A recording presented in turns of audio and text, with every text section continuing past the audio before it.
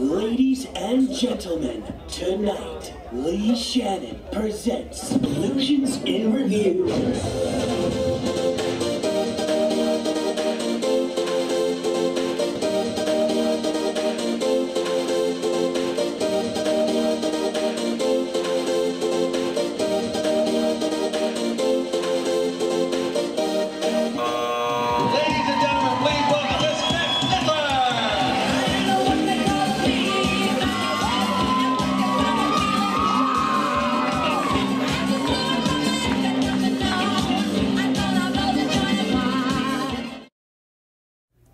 Hi, I'm Lee Shannon from Orlando, Florida, originally from Louisville, Kentucky, and I'm a female impersonator.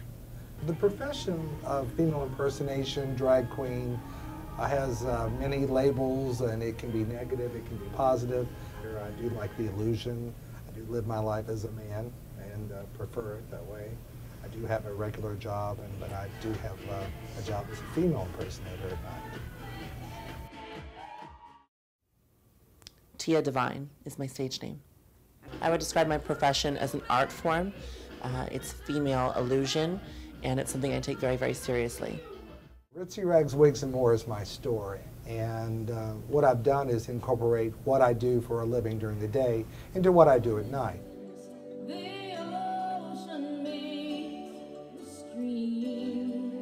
So of course, I have a wig store, but it does cater to female impersonators, and it caters to a lot of cancer patients, theater people, and things like that. So I get all my shoes and things like that there. And I do have two designers that work for me, and I sort of design all my own clothes. I just have people that make them, because you can't go to Lane Bryant or Ross and get what I wear usually.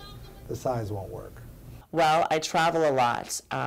My job, I'm a corporate trainer during the day for Hard Rock Cafe, and I've had the luxury of traveling around to different countries and around in the United States. And so I get to go to different places and acquire different things, especially shoes. I have a sickness for buying shoes and handbags, so I buy them all over the country. And as far as my clothes are concerned, I make 90% of what I wear, I make.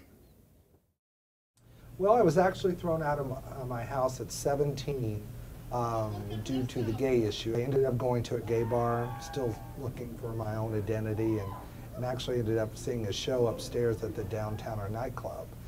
And there were all these people performing, and beautiful women, and I found out they were female impersonators or drag queens.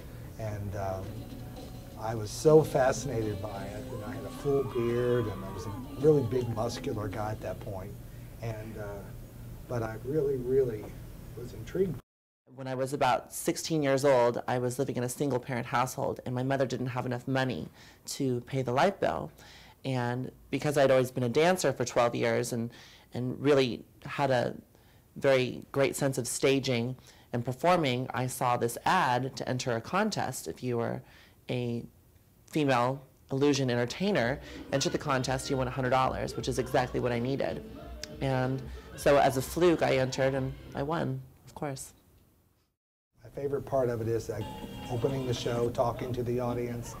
The emceeing part, the hosting is my favorite part. Hell yeah! Hell yeah! Hell yeah! Hell yeah! Hell yeah, you fucking bitch! Hell yeah, you fucking bitch! I don't necessarily consider it drag because I am transgendered and I live my life as a woman. My favorite part of performing definitely has to be the idea that I can create whatever I want. In this level of performing, it's a complete blank canvas. I can do whatever I want, and so really my imagination can run wild, and I really have no limits. You have to prepare yourself psychologically. If you are the host and an MC, it's a lot more, it's more demanding in the sense that you have to be on. I suppose if you're just doing a lip sync number or a performance, I mean, you can kind of fake and get through that. But if you're not in a good mood, as a host or an MC, the audience will not be in a good mood. Well, many, many people have inspired me. Probably the one thing that sticks out more than anything will actually seem a little silly. When I was about 5, my grandmother asked me what I wanted to be when I grew up, and I told her I didn't know. And she said to me, she said, you gotta have a plan, you gotta have a lifelong goal to set in motion to figure out what you wanna be. So I said, okay, and because I knew I could give her the basic answer, that could be a doctor, lawyer, policeman, fireman, and I wasn't gonna give it an answer like that. So I remember I used to drag my mother to the movie theater all the time.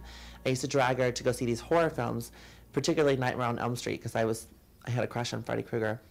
And I remember I saw the preview for this movie once, and it was a black and white documentary, and there was this girl, and she was dancing around, and she was so extravagant, yet she was so intelligent and savvy and hysterical and a bitch all at the same time. And I was like, God, I want to be her.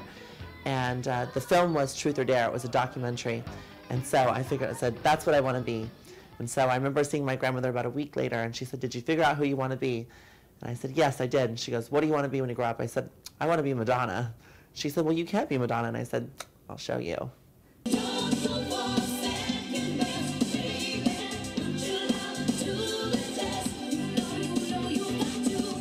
I have Ritzy Rags Wigs and More in Orlando, Florida. We've been here since 1990. We service all types of people, theatrical, female impersonators, cancer and medical patients that need wigs. And we do a real good job. It's at ritzyrags.com. And of course, my personal website, leeshannon.com. You want to check that out. My partner runs that site, and it's kind of a cool site, very reminiscent. And of course, I want to push Full Sail. Applause. Type that in if you would. And I have a show, Revolution, every Wednesday called Wild Wednesday. And then I have a show at Hamburger Mary's every Saturday, Lee Shannon's Cabaret. Please hire me for logo. I promise you a good show. We'll do the Golden Girls as drag queens. I don't know. Maybe a talk show. Let me know. Thanks. Bye. Hey, yo, friend, let's look back on the crazy